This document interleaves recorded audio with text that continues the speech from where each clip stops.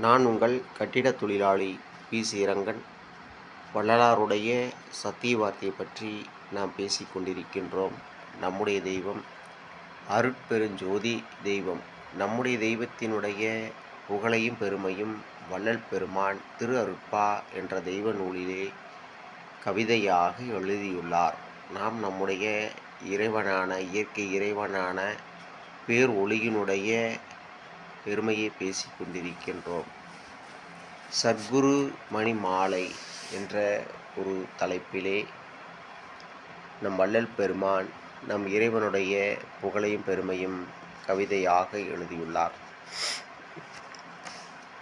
அறியாமல் அறிகின்ற அறிவினுள் அறிவே, அடையாமல் அடைகின்ற அடைவினுள் அடைவே, செறியாமல் செறிகின்ற செறிவினுட் செறிவே, திளையாமல் திளைக்கின்ற திளைப்புறு திளைப்பே, பிரியாமல் எண்ணு உளம் கலந்த மெய்கலப்பே, பிறவாமல் இரவாமல் எனை வைத்த பெருக்கே, தரியாகி உணர்வாரும் உணர்வரும் பொருளே, தனி நடராஜன் சற்குரு மணியே என்று கவிதை புனைந்துள்ளார்.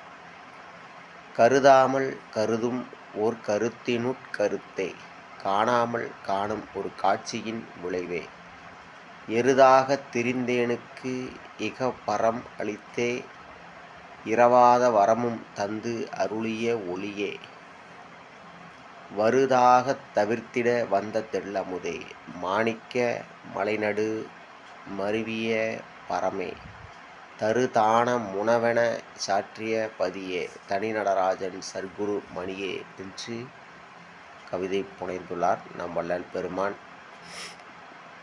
எருதாகத் திரிந்தேனுக்கு இகம், இகம் என்பது இந்த உலகம், பரம் என்பது நம் இறைவன் இருக்கும் இடம், இகபரமளித்து இரவாத வரமும் தந்தருளிய ஒளியே, எல்லாமல்ல பேரொளியே இரவாத வரத்தை தந்துள்ளதாக நம் வள்ளல் பெருமான் கவிதை புனைகின்றார். நம் இறைவன் மெஞ்ஞான நடம்புரிகின்ற நம் இறைவன். ஏகா அநேகா என்று ஏத்திடும் மறைக்கே நான் எட்டாத நிலையே, நான் எட்டிய மலையே, ஏகா அநேகா என்று ஏத்திடும் மறைக்கே எட்டாத நிலையே, நான் எட்டிய மலையே, ஓகால மதங்களை முழுவதும் மாற்றி ஒருநிலையாக்க என்றுரைத்த மெய்ப்பரமே.